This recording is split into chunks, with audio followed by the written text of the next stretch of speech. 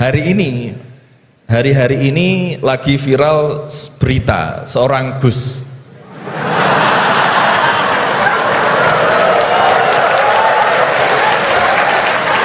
Mohon izin. Yang mungkin berceramah dengan kalimat yang kurang baik, mungkin diniatkan guyon tapi malah melukai hati orang lain. Tapi Masya Allah Gus Baha guyon tapi tidak pernah melukai hati orang lain. Ini yang provokatif dulu itu ya.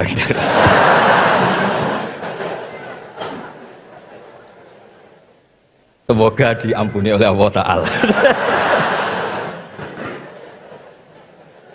Begini, satu itu saya tidak medsosan, tapi ya dengar-dengar laporan macam-macam lah tentang sekian pihak itu. Begini, saya cerita ini biar sampean tahu bahwa Pak Rektor ngundang saya ini tidak salah kan. Memang benar-benar pemateri yang baik. Ya kalau kata Nabi Yusuf kan ini hafizun alim, orang harus zikru manaki binafsi, orang boleh cerita kelebihannya asal itu faktual. Bismillahirrahmanirrahim. Assalamualaikum warahmatullahi wabarakatuh. Perkenalkan, nama Al-Fakir Maulana dari Solo. Saya akan bertanya kepada Gus Baha. Niki Gus, sebagaimana tema hari ini memahami Al-Quran dengan meneladani Rasulullah.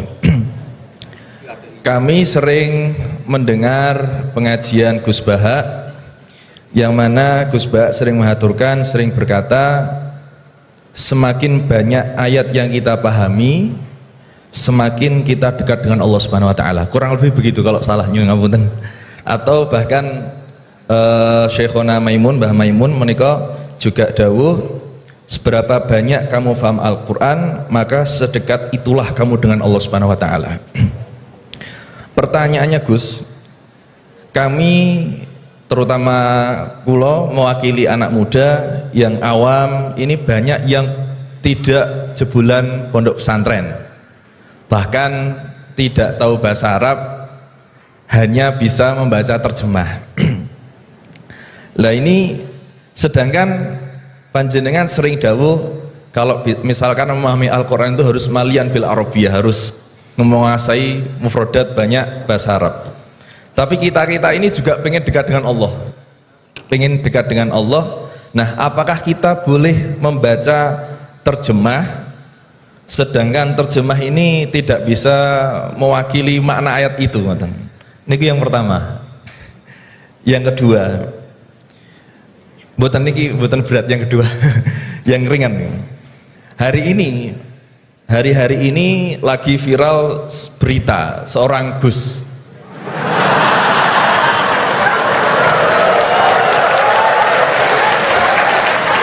Mohon izin.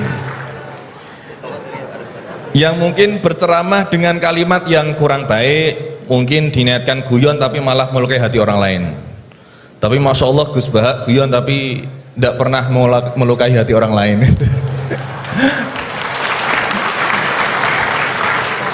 Nah, pertanyaan saya Gus, ngapunten, karena ini pasti ke Gus Baha, tidak mungkin ke Gus Quraisy Shihab, tidak mungkin. Karena pasti Gus Baha.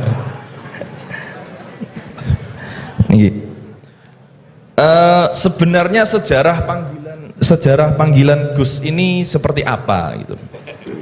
Apakah hanya dimaknai Gus ini adalah anaknya Kiai terus dipanggil Gus, atau bahkan mantunya Kiai saja, kalau jenengan katanya Gus naturalisasi gitu.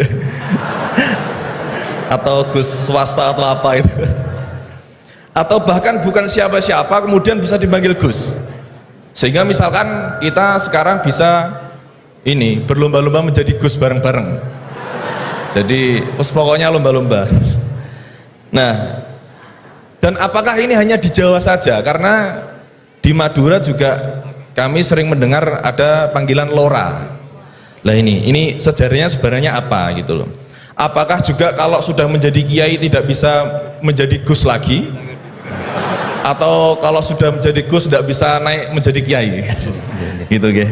Itu pertanyaan yang kedua saya. Dan nyuwun sewu, di zaman Rasulullah itu apakah putranya Rasulullah juga dipanggil Gus kan juga tidak kan. Maka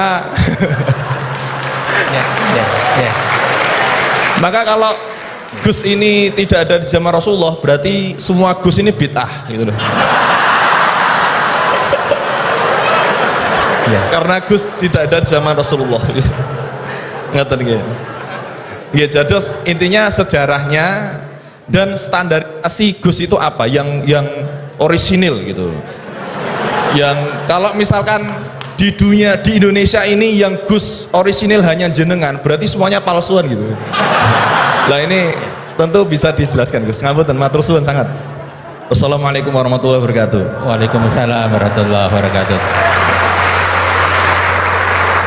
Baik, terima kasih Gus Maulana. Ini yang provokatif dulu itu ya.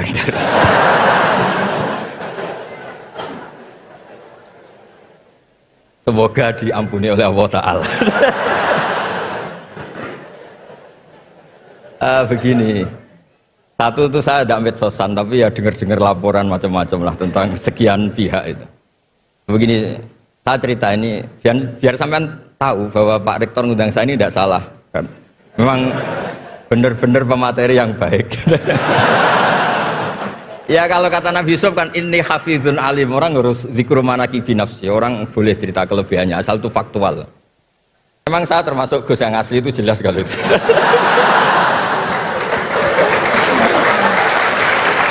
Itu, nah ini Pak Fathul Laki tahu betul keluarga saya karena beliau orang Jepara, ngajinya di Kudus. Ya, terus masalah fatwa tadi, fatwa sosial itu atau memahami pakai terjemah begini seperti yang dikatakan Pak Kures. Ada pegangan yang umum kayak sidik, amanat, tabligh, fatona. Itu memang lewat terjemah nggak apa-apa. Tapi ada terjemah yang nggak mengganti bahasa Arab. Misalnya kata sembahyang, mungkin perasaannya orang Bali sembahyang itu apa, perasaan kita sembahyang itu apa, itu kan subjektif. Misalnya begini, ada ayat yang agak sensitif. Ketika Anda salah paham dengan istri itu wadribuhun, fahjuruhunna fil madoji wadribuhun. Itu kan riskan betul. Maka pukullah istri kamu. Pukul itu kan konotasinya itu buruk. Tapi di semua tareh, saya bilang tidak sebagian, di semua tareh itu disebut dorban ghairu mubarrihin, mukul yang tidak melukai. Jadi orang Arab itu punya adat kalau kecewa itu dorobu binni'al wasau. Jadi mukul itu pakai kain, pakai kacu, pakai. Nah, di Jawa kata mukul itu ya mesti kekerasan itu. Nah, yang jenis ini itu riskan kalau dari bahasa Arab pindah ke Jawa. Jadi ada yang riskan, ada enggak. Nah, sebab itu saya sering bilang, saya ini kan belajar tafsir insya Allah lah, khatam. Cuma saya tidak suka nulis, karena sudah ada yang nulis. Karena saya nulis tetap saja dianggap top Pak Kures, jadi tidak usah nulis lah, sudah ada.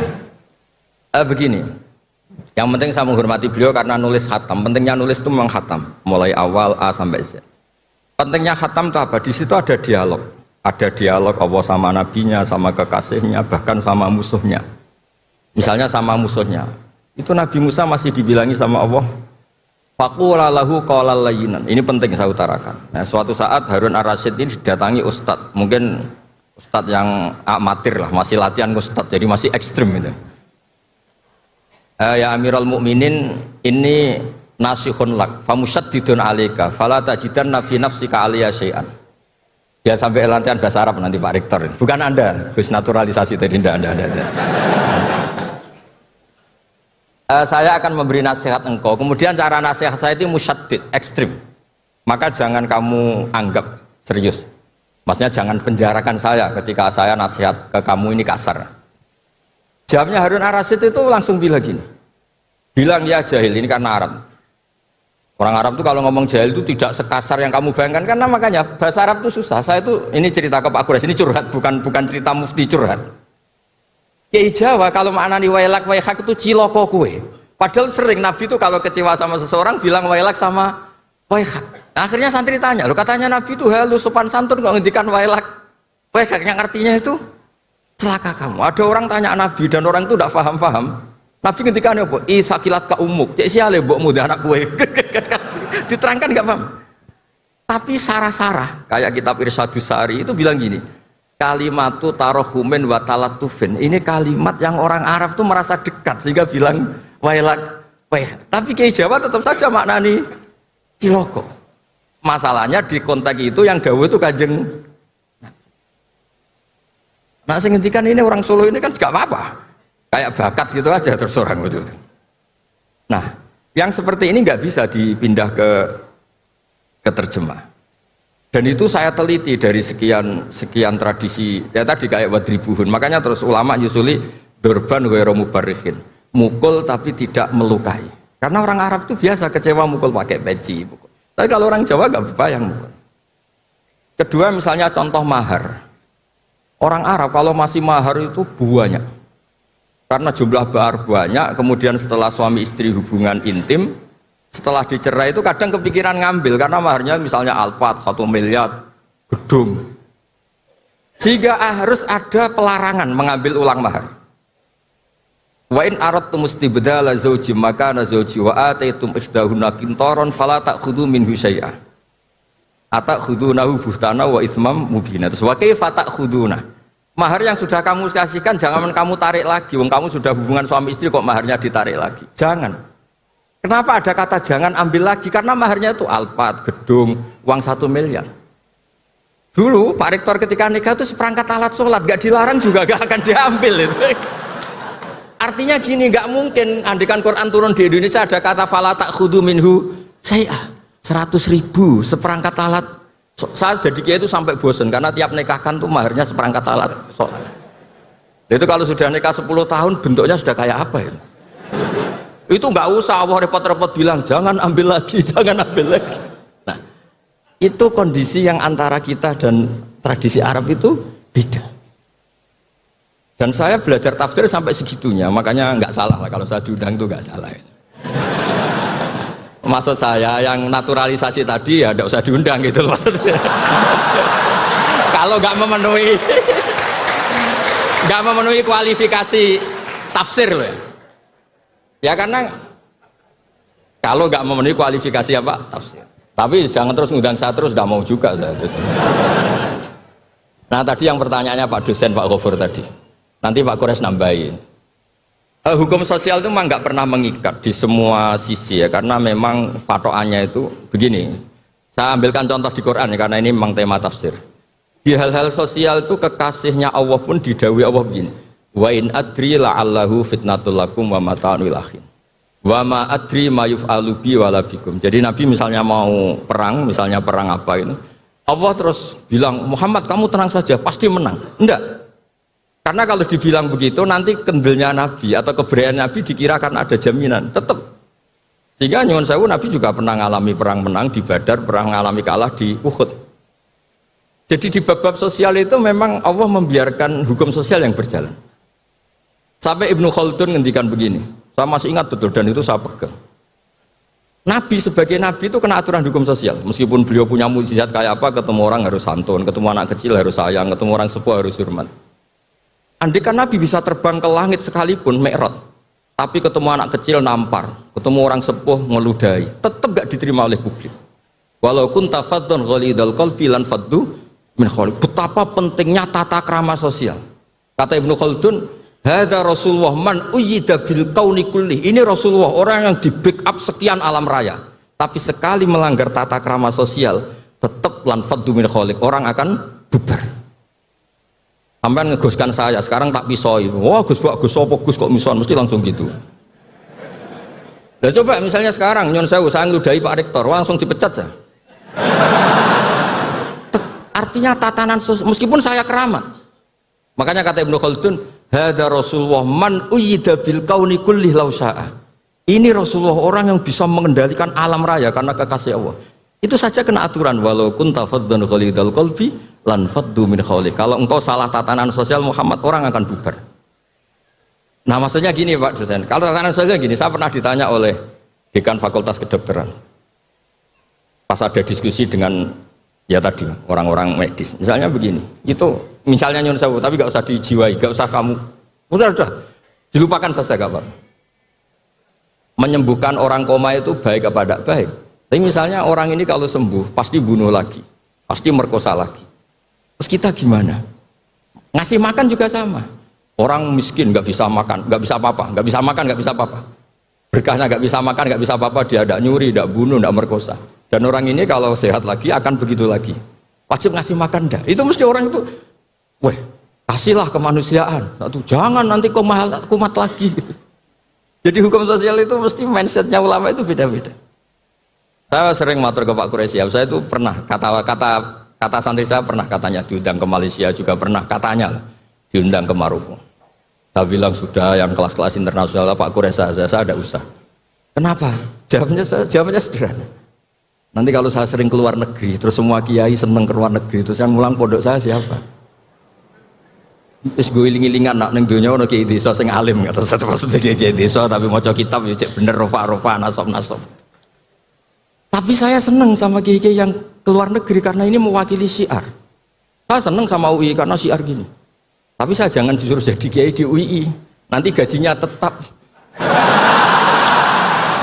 Kalau kiai kan sering dapat gaji min khaisul layah tasib. Kayaknya jumlahnya banyak saya Mas sama. Jadi yang hukum-hukum sosial tuh biarlah alam yang. Ya sudah setuju ya. Oh ya pokoknya gitu.